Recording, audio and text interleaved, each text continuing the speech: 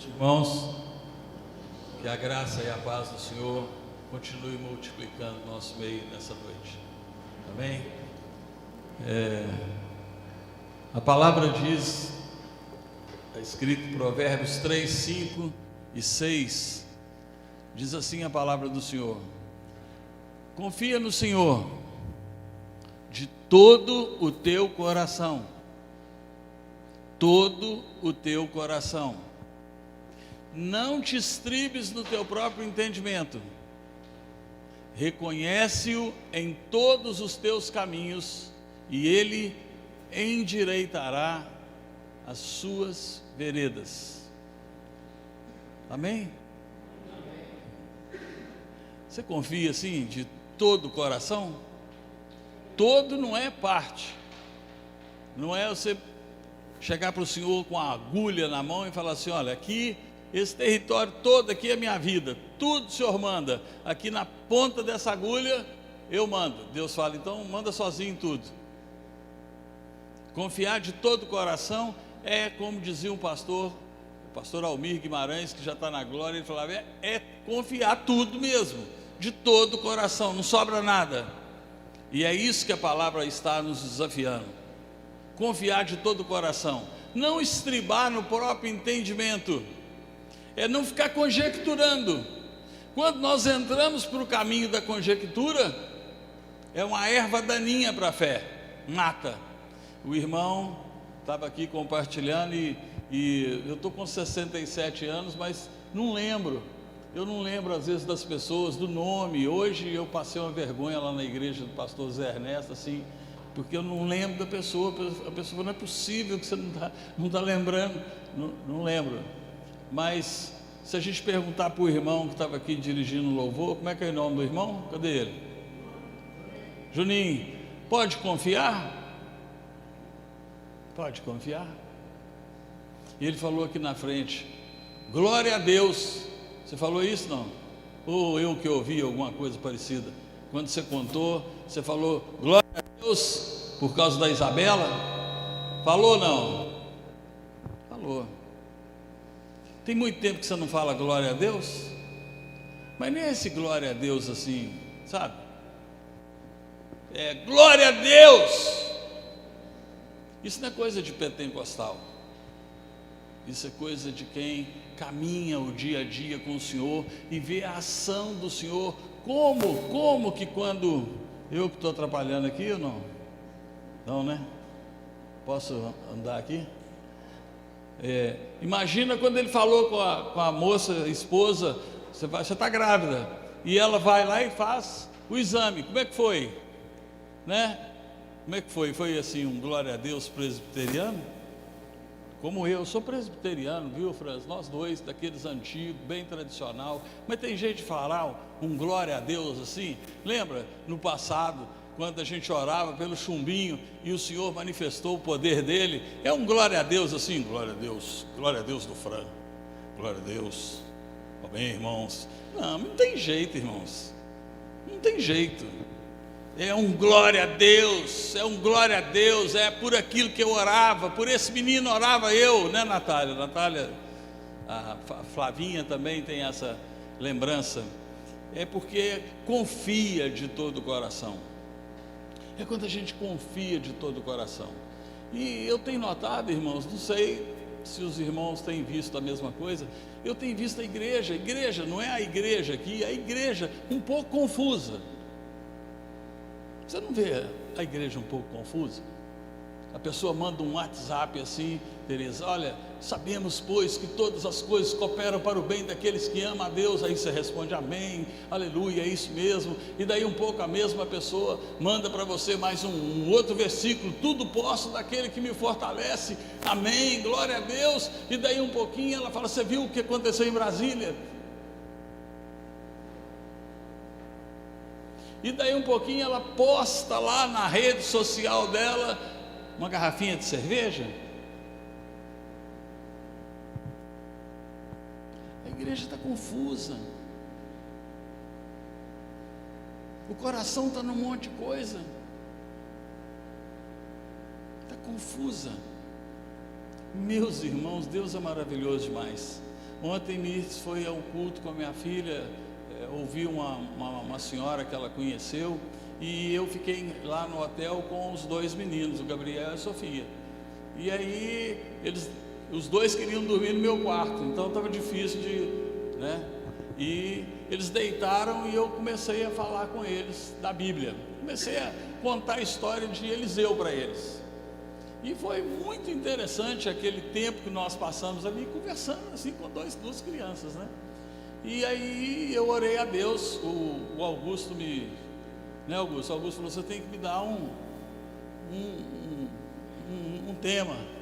Eu falei, Augusto, deixa disso, não tem que dar o tema. Eu falei, então vamos pôr Provérbios 3, capítulo 5, confia no Senhor de todo o teu coração. Eu não gosto desse negócio de dar tema antes, porque aí madrugada agora, essa madrugada de hoje, eu fui orar, e aí Deus falou assim, prega o que você pregou para os meninos. Eu falei, mas são 2 meninos. É a minha palavra, não são 2 meninos, é a minha palavra. Então eu queria compartilhar com os irmãos algumas coisas que ontem ali eu não tinha essa pretensão, e foi acontecendo no meu coração, e para a minha vida foi muito espetacular, viu, Tereza? Foi para a minha vida, foi algo extraordinário, e que Deus nos abençoe, para que seja para a sua vida também.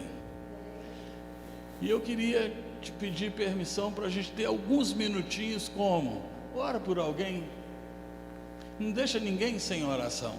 Uma pessoa que está do seu lado, não precisa levantar, se não tiver ninguém, encosta em alguém, ora aí e pede ao Senhor, Senhor, nós precisamos ouvir o Senhor. O Franz falou isso enquanto ele estava fazendo a abertura, nós precisamos sair daqui transformados. Você quer sair daqui transformado? Eu preciso sair daqui transformado. Então vamos orar e pedir ao Senhor, ora com a pessoa do seu lado, uma oração rápida.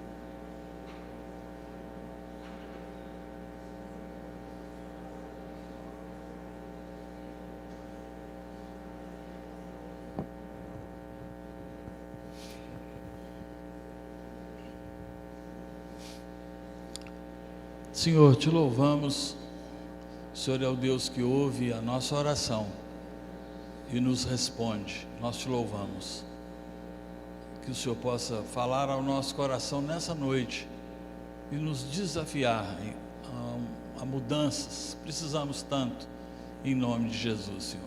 Amém. 2 Reis, capítulo 5, primeiro.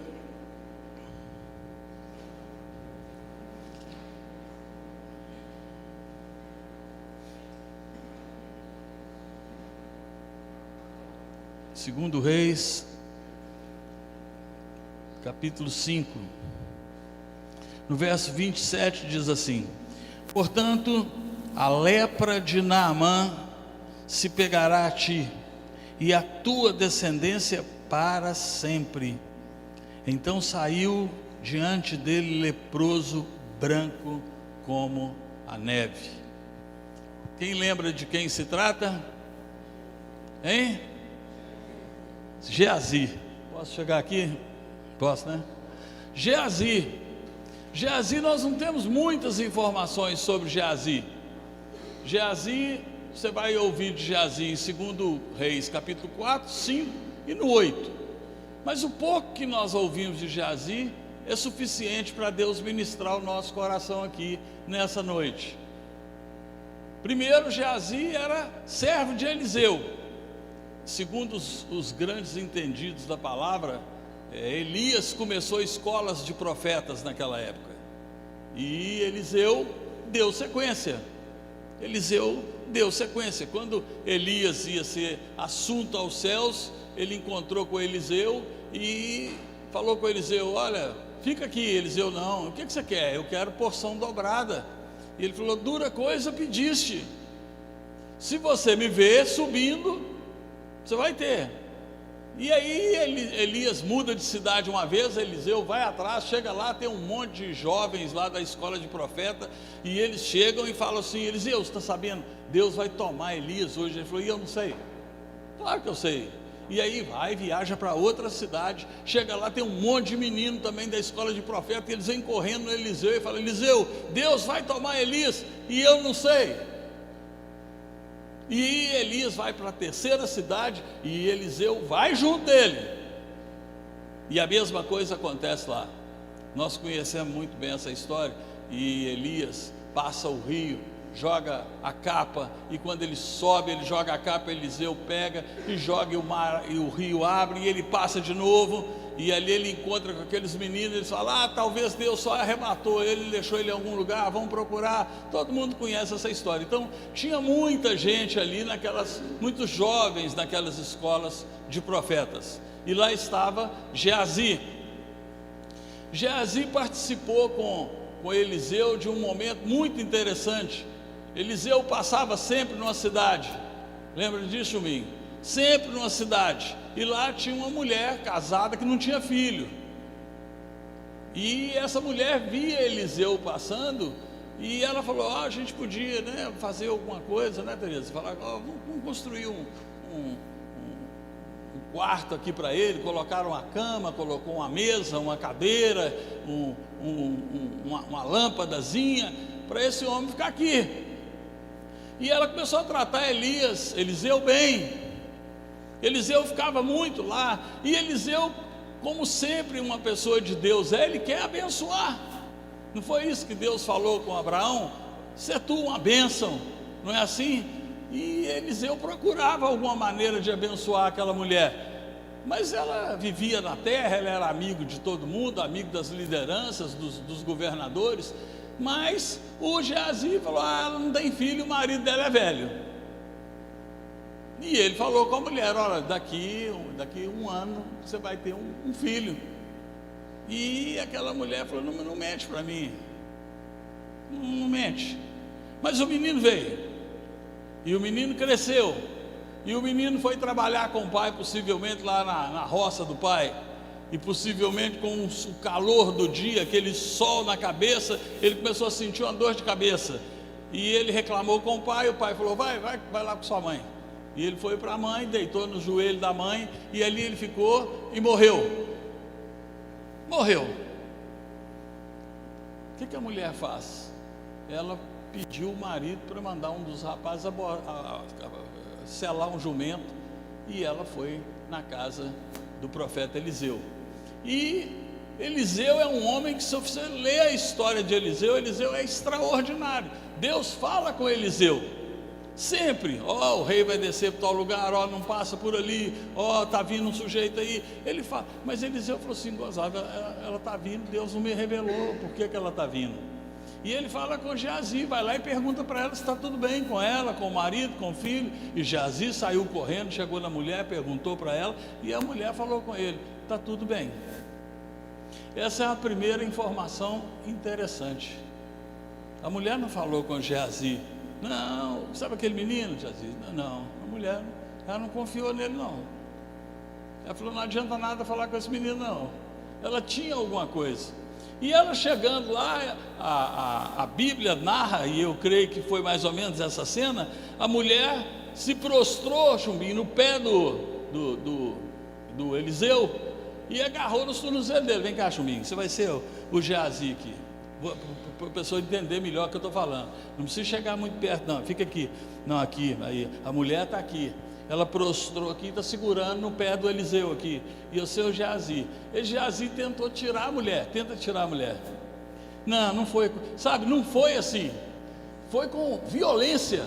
A Bíblia diz que Geazi tentou arrancar a mulher dos pés de Eliseu. Depois você lê, pode sentar para não machucar a mulher, mas é assim, sabe, ele agarrou a mulher e começou a puxar a mulher, e puxar a mulher, e Eliseu falou, calma, pode, deixa a mulher, ela está com angústia de alma, deixa ela. O que foi que aconteceu? Ela falou, te falei para você não me mentir. O menino morreu, está lá em cima da cama que eu fiz para você. Puxa vida, nossa caminhada é maravilhosa demais. Eliseu pega e fala com o menino, vai lá, pega o meu bordão e vai lá. Segunda informação que nós temos de Geazi, Chumbinho, o menino saiu correndo, chegou lá na casa da mulher, já sabia onde que era, e ficava lá também. Chegou lá no quarto, entrou, viu o menino morto lá em cima, pegou o bordão, colocou em cima do rosto do menino, e aí o que aconteceu, gente? Nada, absolutamente nada. Outra informação, Geazi, a oração dele não estava boa não, ele estava com o bordão de Eliseu, mas não aconteceu nada. Nós sabemos como é que a coisa continua. Eliseu vem, chega lá, e Eliseu ora, e o menino levanta. No capítulo 5, nós entramos para um outro texto que vai trazer uma informação mais ampla de Geazi. É que o povo da Síria, o exército da Síria naquela época, estava com muito poder naquele momento. O rei de Israel era um grande pecador contra o Senhor, era Jeorão, filho de Acabe e Jezabel. O cara era terrível, e ele governava Israel. Então Deus levantava os inimigos para ir lá em Israel, e numa dessas entradas da Síria, eles pegaram uma menina, uma mocinha, quantos anos? Não sei, uns 12, uns 13, 14, não sei, levou. E essa menina foi bater na casa de quem? Quem lembra? Hein? Naamã. Quem era Naamã? O segundo maior na Síria. Hein, França? Era ou não era? Era o rei, e abaixo do rei era ele. Mas ele tinha um detalhe: quem ganhava as guerras? Naamã. Quem é o cara que vai para a batalha e enfrenta e mata e dá espadada? Naamã. Naamã é o sujeito famoso do lugar. Esse é Naamã. Mas a Bíblia tem umas expressões que me arrepiam de tão maravilhosas. Naamã, porém, era leproso. Não sei se você já viu alguém leproso ou foto, aquilo vai tirando os pedaços, a lepra vai tirando pedaços. E Naamã certamente andava só vestido lá no seu uniforme de exército e tudo mais. Mas Naamã devia ser um cara bom. Quer que eu provo? A mulher de Naamã devia ser uma mulher boa. Quer que eu provo? Aquela menina escrava, a menininha escrava que foi para ali, falou com a mulher de Naamã: ah, se o meu senhor estivesse lá em Israel, lá tem um profeta que curaria ela. Você acha que a menina escrava ia falar isso com a mulher, a patroa dela, se ela não fosse bem tratada? Ela era bem tratada, com respeito, e Naamã devia ser um cara respeitoso. Ele devia entrar em casa e falar: oi menina, como é que vai? E a menina falou: puxa vida, se esse homem conhecesse Eliseu. E ela chegou lá: Tereza, senta aqui na frente, você vai ser a mulher de Naamã um pouquinho, empresta ela aí, Fran. A mulher de Naamã, você está mais perto, Fran, entendeu? Se você achar ruim, daqui um pouco eu te chamo também. Pronto, Tereza. Mas Tereza, eu sou a menina. Oh, minha senhora, só preciso. Tem um homem lá, um homem poderoso, ele crê num Deus que faz milagre. Me conta, lá em Samaria, o homem é de Deus. Vou te contar o que ele fez. Tinha uma mulher lá, essa mulher, o marido dela era da escola de profetas. sabe? Ele estava vivendo lá no meio dos profetas. E o marido morreu endividado. Estava devendo, mas devendo muita coisa, sabe? E ela não tinha o que pagar. Sabe o que aconteceu? Os credores foram lá na casa dela para tomar os meninos dela e vender. E aí ela foi lá nesse homem, esse Eliseu, esse que eu estou te falando, foi lá nele e falou assim: você lembra, o meu marido era teu servo, ele era um homem de Deus. Muito cuidado, gente, quando você fica sabendo assim, fulano, sabe fulano está devendo todo mundo, cuidado quando alguém não paga porque Deus está tratando com ele, ou quando alguém não paga porque é desonesto. São duas coisas muito diferentes. Meu marido estava devendo, morreu devendo, mas ele era teu servo, era servo do Senhor. O que você tem em casa? Não, a mulher não tinha nada, você acredita? Nada, tinha só um pouquinho de azeite, uma botijinha com pouco azeite. Sabe o que esse homem fez? Ele falou assim: manda os meninos ir na vizinhança e arruma vasilha vazia, não poucas, e trouxemos aquele monte de vasilha para dentro de casa. Ela pegou aquele azeitezinho e começou a encher as vasilhas, e foi enchendo, até que ela falou: menino, mais uma vasilha, e o menino falou: não tem mais vasilha, e aí o azeite parou. Você está brincando? Esse homem é assim. E se eu te contar então que ele ressuscitou o menino? E se eu te contar que tinha mais de 40 jovens, sabe? Mais de 40 adolescentes, e esse homem ia subindo para Samaria, lembra disso, França? E os meninos lá: careca, calvo, careca. Sabe o que ele fez? Ele amaldiçoou o menino, saiu 2 urzes do meio do mato, matou os meninos tudo. Esse homem pode sentar, a mulher do Naamã.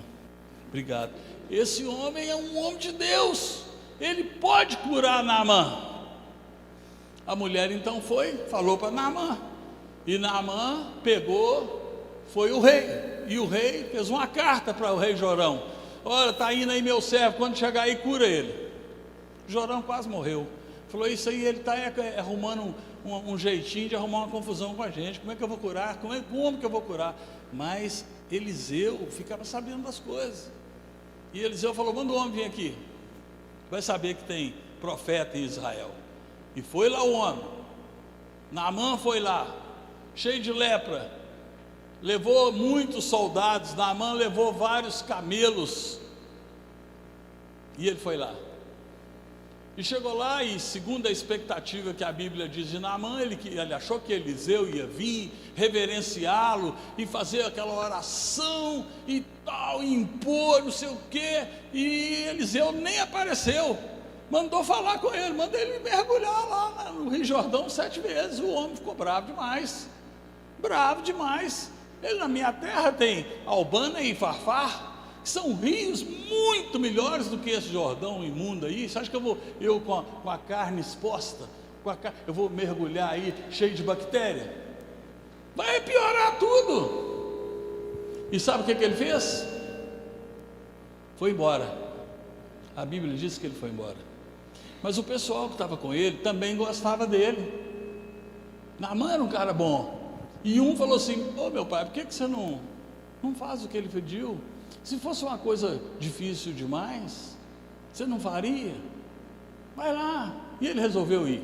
E nós sabemos que ele mergulhou a primeira, a segunda, e na 7ª vez, quando ele subiu, a pele dele era como a pele de uma criança, estava totalmente curado. E Naamã volta em Eliseu com seus camelos, e ele chega em Eliseu para levar um presente. Eu fui pesquisar, França, você gosta de estudar, talvez você já saiba, eu não sabia. Em 2013, Poliana, 2013, o valor que ele levou em ouro e prata era de 25 milhões de reais. Isso era o presentinho que ele levou nos camelos. Em 2013, pelo preço do ouro e da prata de 2013, 25 milhões de reais. E ele chegou lá para entregar o presente para Eliseu. E Eliseu não quis. Não quero não. Estou trazendo. Não quero não. Não preciso. Aí vem outra informação sobre Geazi. Geazi estava ouvindo, escutando. Como que Eliseu não vai querer? Como? Nós dormíamos tudo um em cima do outro, sabia? Era tudo um em cima do outro. Na escola de profeta não tinha lugar para dormir. Tanto que um chegou e falou assim: olha, vão aumentar o lugar, porque nós não estamos tendo jeito de dormir. Vocês lembram disso, não? Foi por isso que esse jovem foi arrumar um machado emprestado. Como é que você chama? Leonardo. Assim, o Leonardo é o dono do machado. Então, olha a barba dele, olha a cara de bravo. É daqueles caras sistemáticos. Vocês lembram? Tem gente muito sistemática, que não é o meu caso, que pega o machado e faz um desenho do machado assim na oficina. Lembra disso, não? Aqui é o lugar do machado. Aí o cara vai lá, Leonardo: ô, seu Leonardo, aí você pode me emprestar o machado? Que é isso? Não presta nada. Machado naquela época era coisa cara, né? Qualquer um tem um machadão, tanto que eles não tinham na escola de profeta. Mas ele falou: não, é porque eu sou ali da escola, ali do profeta Eliseu. Você é lá do Eliseu? Toma cuidado, hein, menino? Cuidado, hein, menino? Leva cuidado. Pode ter gente aqui tão nova que não sabe nem o que é machado, mas machado é um pedaço de ferro grande, pesado, que corta bem, que você enfia ele numa madeira e faz assim, até cortar a árvore. E eles foram lá cortar a árvore. E o machado ficou na mão do sujeito. Você acha que esse cara que foi pegar o machado emprestado emprestou para alguém? Não, é só eu que cuido desse trem. Eu que sou responsável lá. Depois aquele homem me pega. E ele começou a cortar aquelas árvores, cortar as árvores. Numa daquelas levantadas, você já viu isso, não? Eu vi isso quando eu era menino, de levantar um machado assim, ele voar para trás, que ele fica bambo, né? Aí tem que pôr um calço nele, e o machado voou. Onde que o machado caiu, Leonardo? Dentro do rio. E agora? Meu senhor, ele foi no Eliseu. Não tinha machado. Chumbinho, não tinha o que comer. Todo mundo com fome, e não tinha comida. Eliseu falou: ô menino, vai lá no mato, lá, pega umas ervas daquela do campo e traz, que nós vamos fazer um cozinhado, porque não tinha comida. O menino foi, pegou aquilo, jogou numa panela, temperou com a pimenta do reino, um salzinho, começou a fazer aquilo, o cheiro estava bom. Na hora que falou: tá pronto, aí vocês imaginam, todo mundo comeu de uma vez. O que um gritou? Vocês lembram ou não? Hein? Morte na panela. E não tinha o que comer, vocês lembram, né? Eliseu falou assim: me dá um pouquinho de farinha aí, jogou lá, né? Mas eu estou mostrando para vocês a condição financeira da escola de profetas. Não tem machado, não tem o que comer, não tem lugar para dormir. Era muita necessidade, entendeu, Augusto? Muita necessidade, não era pouca. Você já imaginou agora? Deus leva um homem na porta da casa. Nós somos aqui da igreja, nós estamos aqui, e chega um homem na porta da casa do pastor, e o pastor está desafiando a igreja, porque vai construir, e tem coisa para pagar, e tal, e aí acontece essa coisa toda, e o homem volta lá com 25 milhões. Vamos construir uma escola nova?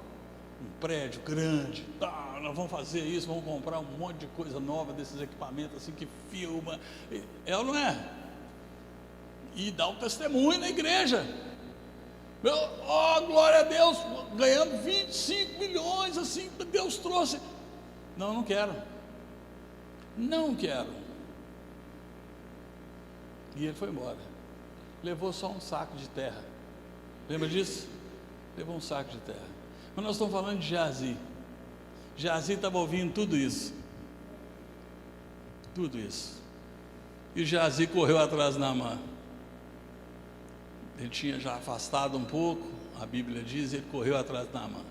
E chegou lá.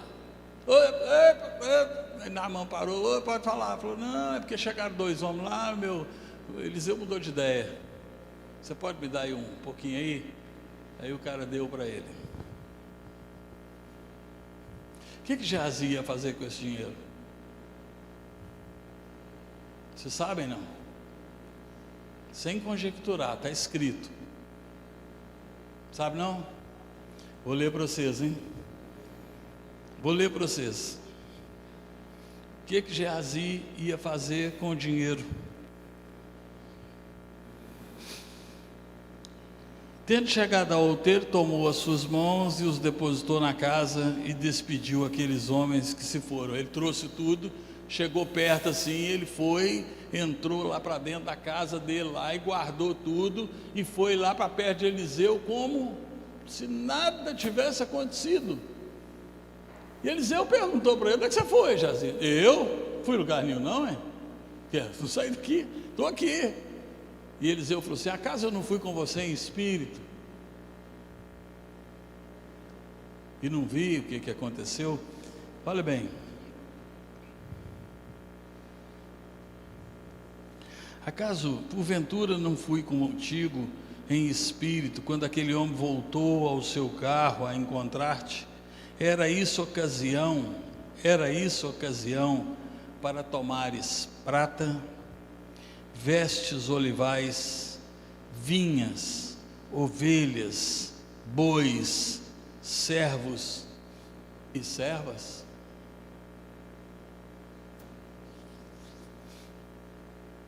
O que Geazi queria? Bois, vacas, camelos, servos, servas, casas apaineladas.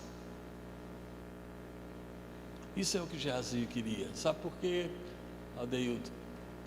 Porque Geazi estava confuso. Sabe onde que Geazi vivia, Adeildo? Na escola de profetas. Geazi vivia com Eliseu.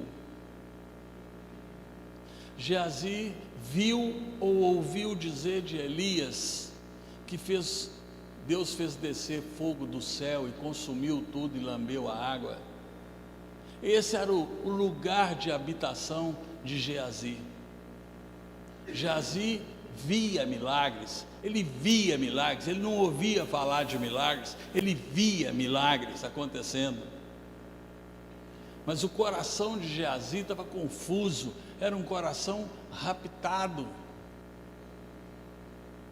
O coração dele não estava naquilo. Não é isso que eu quero.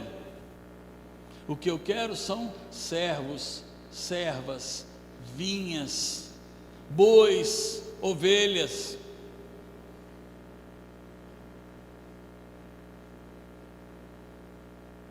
Meus irmãos, a salvação em Cristo Jesus é algo profundamente extraordinário.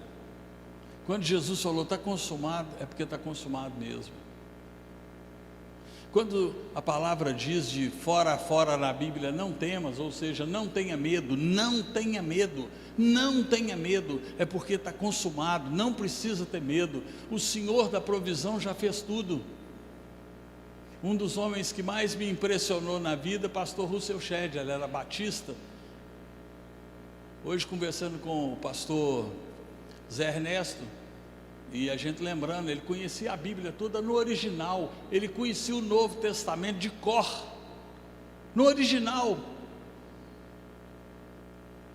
E ele falava assim: meu filho, falava comigo, lá na sala da minha casa, na cozinha, a doutrina da predestinação não é uma doutrina presbiteriana, é uma doutrina bíblica.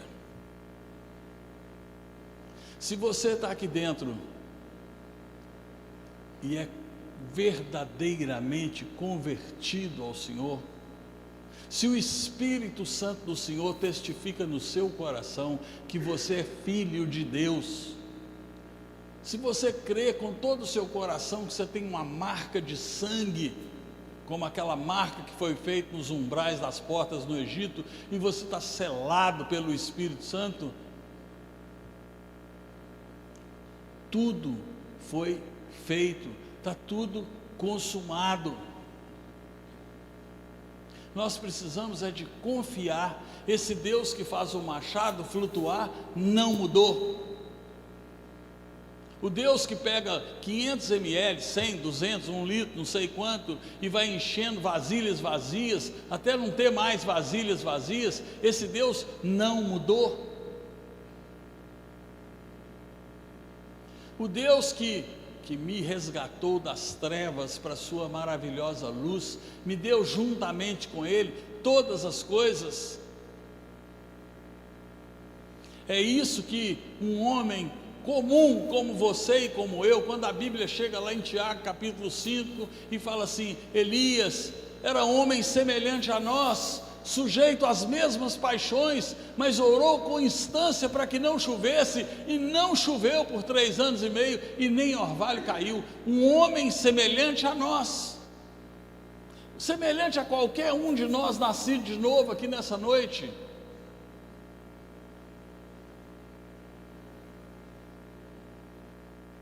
Nós precisamos confiar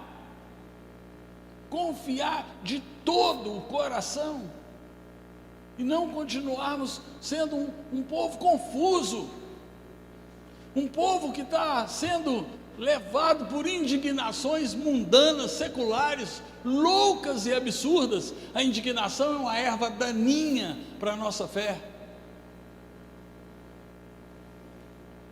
Mas cria-se às vezes um slogan: não, meu irmão, nós estamos em guerra. Você não está vendo que nós estamos em guerra? Tem uma guerra sendo travada na nossa nação. Meu irmão, a guerra está sendo travada há muito tempo, desde que Lúcifer foi expulso. E o inimigo é o mesmo. Para você vencer uma guerra, Leonardo, tem 3 coisas que você tem que aprender. 3, mais nada. Primeiro, contra quem você está lutando? Contra quem você está lutando? É contra aquele candidato ali ou contra aquele? É isso? Esse é o seu inimigo?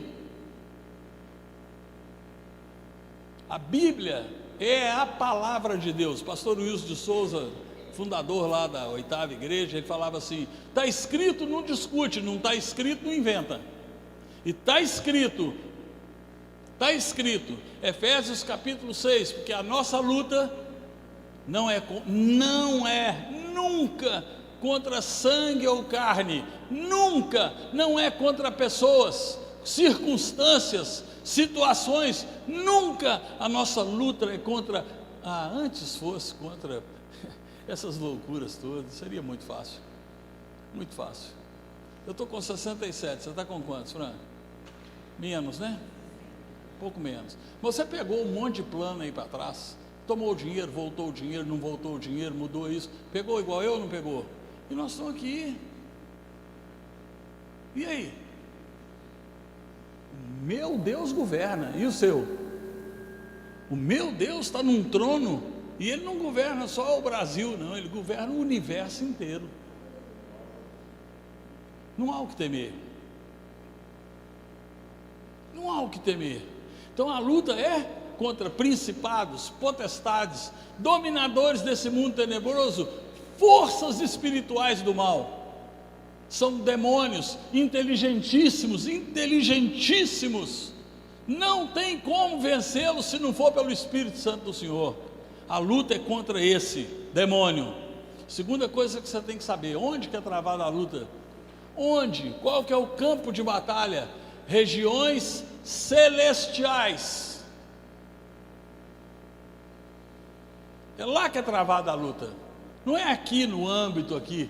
Não é vindo para frente da igreja, pegando o microfone e pregando e falando: tem que votar nesse, tem que votar naquele, não vota naquele outro. Não é isso, isso é instrução de gabinete. A luta é travada nas regiões espirituais. 2 Coríntios capítulo 10, versículo 3 em diante: porque embora andando na carne, não militamos segundo a carne, porque as armas da nossa milícia não são carnais, nunca, mas poderosas em Deus, para destruir fortalezas. Como? Anulando sofisma. A igreja do Senhor, ela tem que estar lutando com o inimigo certo, no lugar certo, com a arma certa, e aí nós vencemos. Qualquer coisa nós vencemos.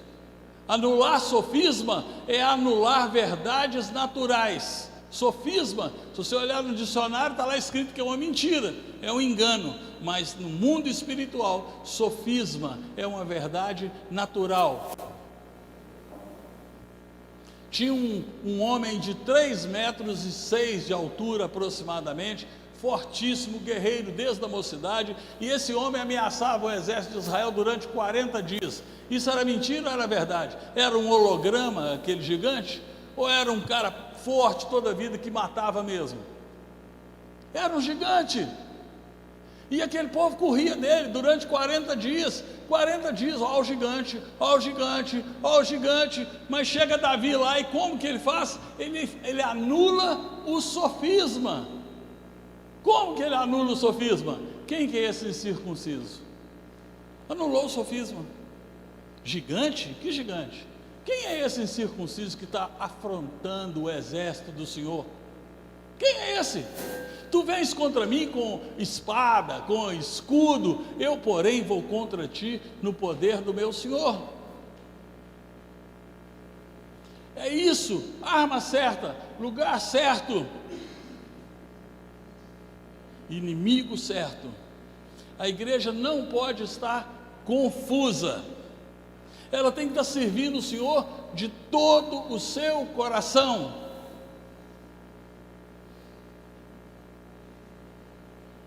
E sabe, não é muito difícil da gente ter uma avaliação, hoje ainda, eu não sei no seu caso, o meu, eu tenho para trabalho um iPhone. Se eu entro no meu iPhone e coloco lá tempo de uso, ele me dá o tempo que eu uso diariamente, e me dá um tempo separado, quanto tempo que eu estou no WhatsApp, quanto tempo que eu estou em rede social, quanto tempo que eu estou no Instagram, quanto tempo, tem tudo lá. Dá uma olhada. Os maiores pesquisadores do mundo já declararam e chegaram que o maior vício mundial é rede social. Quanto tempo você passa? Dá uma olhada se o seu tem jeito.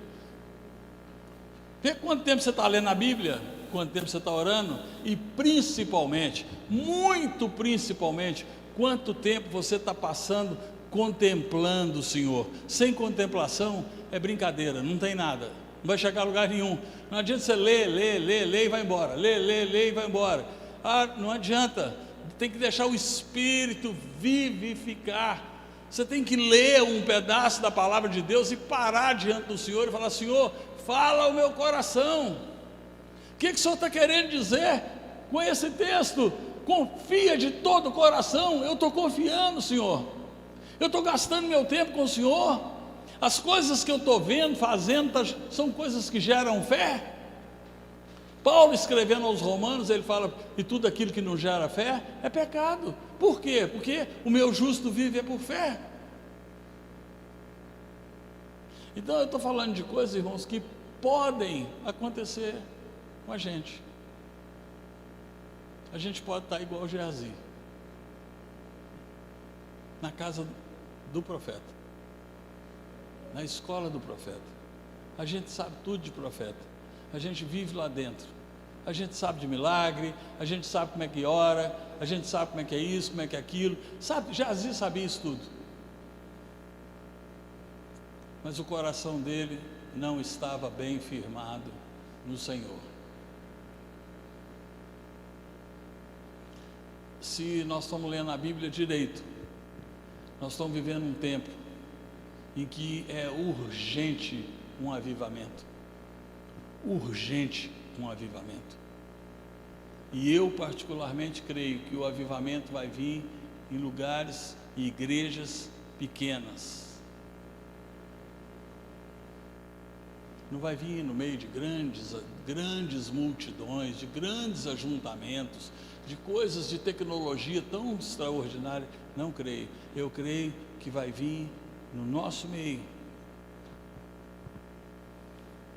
Mas nós temos que começar a buscar o Senhor de todo o nosso coração. Todo o nosso coração. Nós temos que gastar nosso tempo com o Senhor. E sabe o que vai acontecer? Uma promessa que Deus deu a Josué, está no capítulo 1, né? Medita na minha palavra, Josué. Quando? Quanto tempo? Vocês lembram? Dia e noite. E não desvies nem para a direita nem para a esquerda, ou seja, medita na minha palavra, que eu vou te dar informação, e aí você põe ela em prática. Praticar é não desviar para a direita nem para a esquerda. E sabe como é que termina o versículo? E serás bem-sucedido. Bem-sucedido no casamento, bem-sucedido na criação de filhos, bem-sucedido financeiramente, bem-sucedido no ministério, bem-sucedido. Medita na minha palavra dia e noite, e não desvie nem para a direita, nem para a esquerda.